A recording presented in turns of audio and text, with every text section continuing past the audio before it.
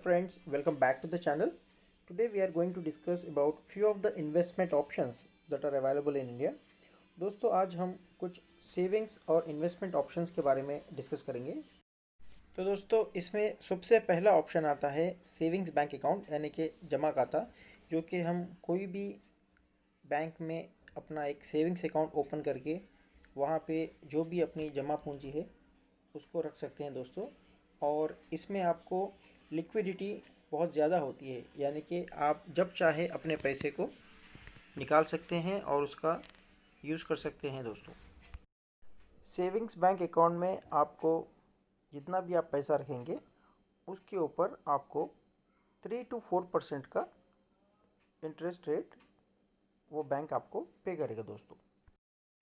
ये अमाउंट आपके savings bank account में हर क्वार्टरली जमा हो जाएगा दोस्तों।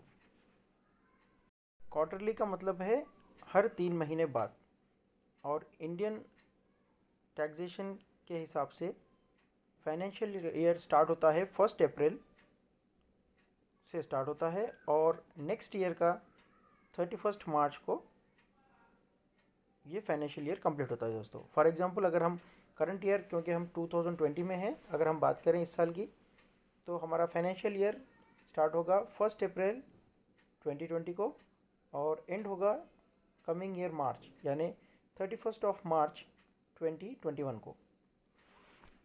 तो इस तरीके से क्वार्टरली का मतलब है फर्स्ट क्वार्टर है अप्रैल मई जून, यानी कि जून कंप्लीट होने के बाद फर्स्ट पे आउट आएगा। सेकेंड पे आउट जुलाई अगस्त सितंबर, यानी कि सितंबर कंप्लीट होने के बाद आएगा, जिसको हाफ ईयरली क्लोजिंग भी कहा जाता है। उसके बाद अक्टूबर नवंबर दिसंबर, यानी कि ये हो गया थर्ड क्वार्टर। तो थर्ड क्वार्टर कंप्लीट होने के बाद कमिंग मंथ में उसका थर्ड क्वार्टर का पे आउट आएगा और लास्ट पे आउट आएगा जनवरी फरवरी मार्च नेक्स्ट ईयर का। तो मार्च कंप्लीट होने के बाद यानी कि अप्रैल के महीने में ये लास्ट क्वार्टर का पे आउट, यानी कि जितना भी अमाउंट आपने सेविंग्स बैंक अकाउंट में रखा है उसका जो इंटरेस्ट आपको मिलना है 3 से 4% का, वो आपके जमा खाते में ऐड हो जाएगा, यानी कि क्रेडिट हो जाएगा दोस्तों। नेक्स्ट सेविंग ऑप्शन जो आपको है वो है फिक्स डिपॉजिट। फिक्स डिपॉजिट का ड्यूरेशन आप 7 डेज़ से लेकर के 365 डेज़ या फिर 5 इयर्स तक का भी फिक्स डिपॉजिट आप बना सकते हैं दोस्तों। इसमें देखने वाली बात यह है दोस्तों कि फ़िक्स डिपॉजिट में आपको 6 to 7% का रेट ऑफ इंटरेस्ट मिलेगा 1 ईयर एंड अबव पे। और अगर आप फिक्स डिपॉजिट बनाते हैं 5 ईयर लॉक इन पीरियड के साथ, तो जो आपको रिटर्न्स आएंगे वो रिटर्न्स भी आपके लिए टैक्स फ्री रिटर्न्स रहेंगे दोस्तों। 5 ईयर में टैक्स फ्री फिक्स डिपॉजिट एक होता है जिसका ड्यूरेशन होता है 5 इयर्स। तो अगर आप वो 5 इयर्स का बनाएंगे तो आपको उस पर कोई टैक्स नहीं लगेगा। और ये 5 ईयर का ड्यूरेशन भी लॉक इन पीरियड रहता है दोस्तों, यानी कि लॉक इन का मतलब ये है कि 5 इयर्स तक इस पैसे को आप अकाउंट से नहीं निकाल सकते, इस एफडी को आप फिक्स डिपॉजिट को ब्रेक नहीं कर सकते। जबकि दूसरे जो नॉर्मल फिक्स डिपॉजिट है, अगर आप समझ लीजिए कि 1 ईयर का या 2 ईयर का या 3 ईयर का, जो भी आपकी रिक्वायरमेंट है उसके हिसाब से अगर आप नॉर्मल फिक्स डिपॉजिट बनाते हैं, तो समझ लीजिए कि अगर आप एग्जांपल के लिए 1 ईयर का फिक्स डिपॉजिट बनाते हैं और अगर आपको कोई इमरजेंसी है और 6 मंथ्स में ही विड्रॉ करना चाहते हैं, तो वैसे भी आप कर सकते हैं नॉर्मल एफडीज़ में। लेकिन ये जो टैक्स सेवर एफडी है 5 ईयर का, वो 5 ईयर के लिए लॉक रहता है दोस्तों। और अगर उस फिक्स डिपॉजिट को आपने मैच्योरिटी से पहले ही अगर ब्रेक कर दिया है, तो उसके लिए आपको पेनल्टी भी पे करनी होती है दोस्तों। पेनल्टी को आपका जो अर्नड इंटरेस्ट है, जो आपको इंटरेस्ट मिलना है, उसी में से ये पेनल्टी अमाउंट को डिडक्ट किया जाएगा। जनरली पेनल्टी का अमाउंट 0.5% से लेके 1% तक रहता है दोस्तों। आपको अगला ऑप्शन है दोस्तों लाइफ इंश्योरेंस। अब लाइफ इंश्योरेंस में आपको 2 टाइप के इंश्योरेंसेस अवेलेबल है। पहला होता है ट्रेडिशनल प्लान्स और दूसरा होता है यूलिप प्लान्स। यूलिप का मतलब है यूनिट लिंक इंश्योरेंस प्लान, जो कि एक मार्केट रिलेटेड रिटर्न्स आपको देगा दोस्तों। फ्रेंड्स, ट्रेडिशनल प्लान में भी 4% से लेकर के 8% तक का रिटर्न्स एक्सपेक्ट कर सकते हैं, और यूलिप प्लान में भी 4% से 8% ही बताया जाएगा इलस्ट्रेशन में, क्योंकि IRDA की तरफ से जो गाइडलाइन है उसमें केवल 4% और 8% का रिटर्न ही दिखाना है।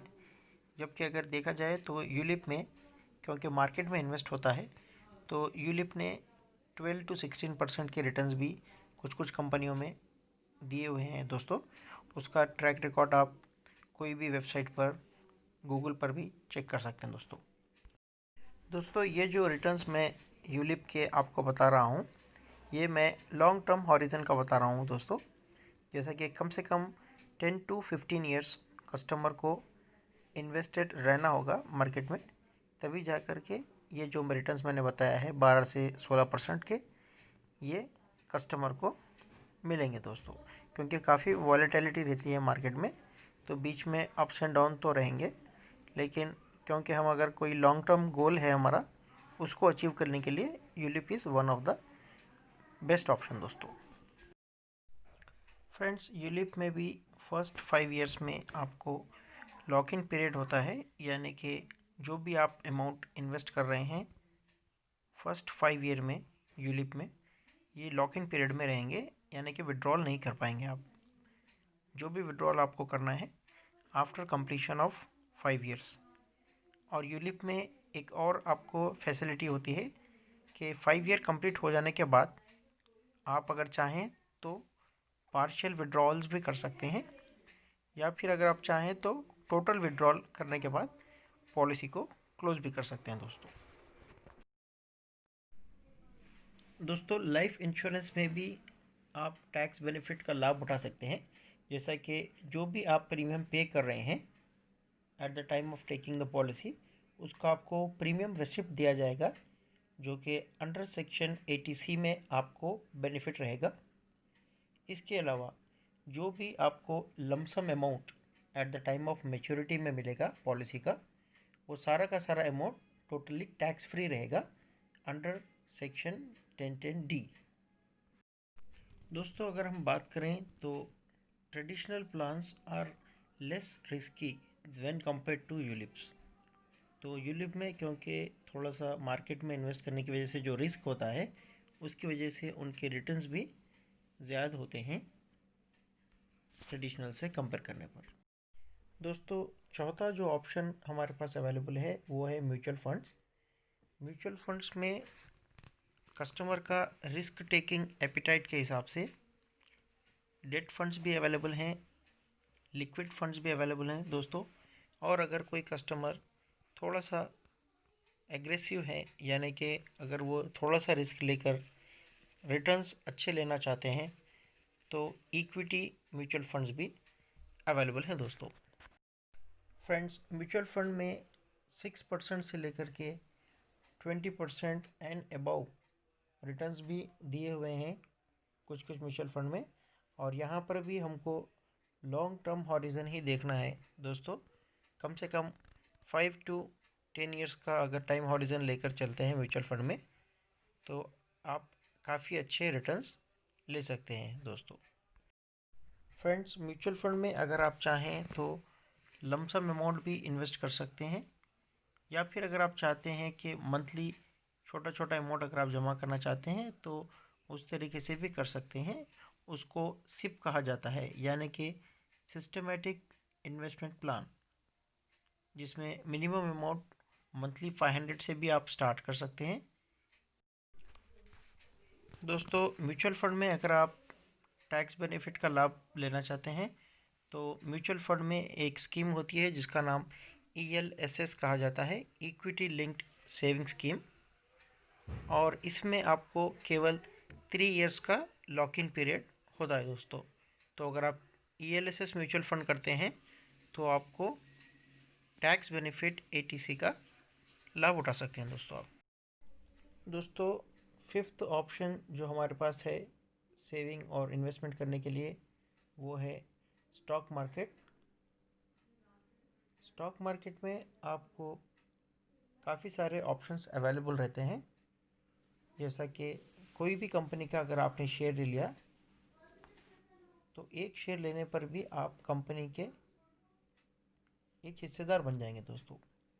यानी कि उस कंपनी के जिसका भी आपने शेयर लिया है, आप प्रॉफिट एंड लॉस के हिस्सेदार बन जाएंगे दोस्तों। फ्रेंड्स, ये एक काफ़ी हाईली रिस्क इन्वेस्टमेंट है, जहाँ पे आपके जो भी आप जमा पूंजी लगा रहे हैं वो ज़ीरो भी हो सकता है दोस्तों। यानी कि आपका सारा का सारा इन्वेस्टमेंट नील भी हो सकता है। लेकिन उसी तरीके से यहाँ पे रिटर्न्स के भी कोई परसेंटेज की लिमिट नहीं है दोस्तों। कई सारे स्टॉक्स ऐसे भी हैं जिन्होंने मोर देन 1000%, जी हाँ दोस्तों, सही सुना आपने, मोर देन 1000% रिटर्न्स भी दिए हुए हैं स्टॉक मार्केट में। फ्रेंड्स, स्टॉक मार्केट में इन्वेस्टमेंट के लिए आपके पास डीमैट अकाउंट होना ज़रूरी है। एक बार अगर आपने डीमैट अकाउंट बना लिया तो वहाँ पे आप डेली बेसिस पर भी स्टॉक मार्केट के थ्रू डीमैट अकाउंट को यूज़ करके पैसे बना सकते हैं, जिसे इंट्राडे ट्रेडिंग कहा जाता है। और इसके अलावा डिलीवरी और F&O, करेंसी और कमोडिटीज़, इस तरीके से काफ़ी सारी चीज़ें हैं जो स्टॉक मार्केट में आप करके पैसे कमा सकते हैं। तो उसके बारे में हम इन डिटेल नेक्स्ट वीडियो में, कमिंग वीडियो में बात करेंगे दोस्तों। आशा करते हैं कि ये वीडियो आपको पसंद आया होगा। अगर पसंद आया हो तो लाइक और शेयर ज़रूर कीजिएगा। Finally, thanks for watching and subscribing this channel.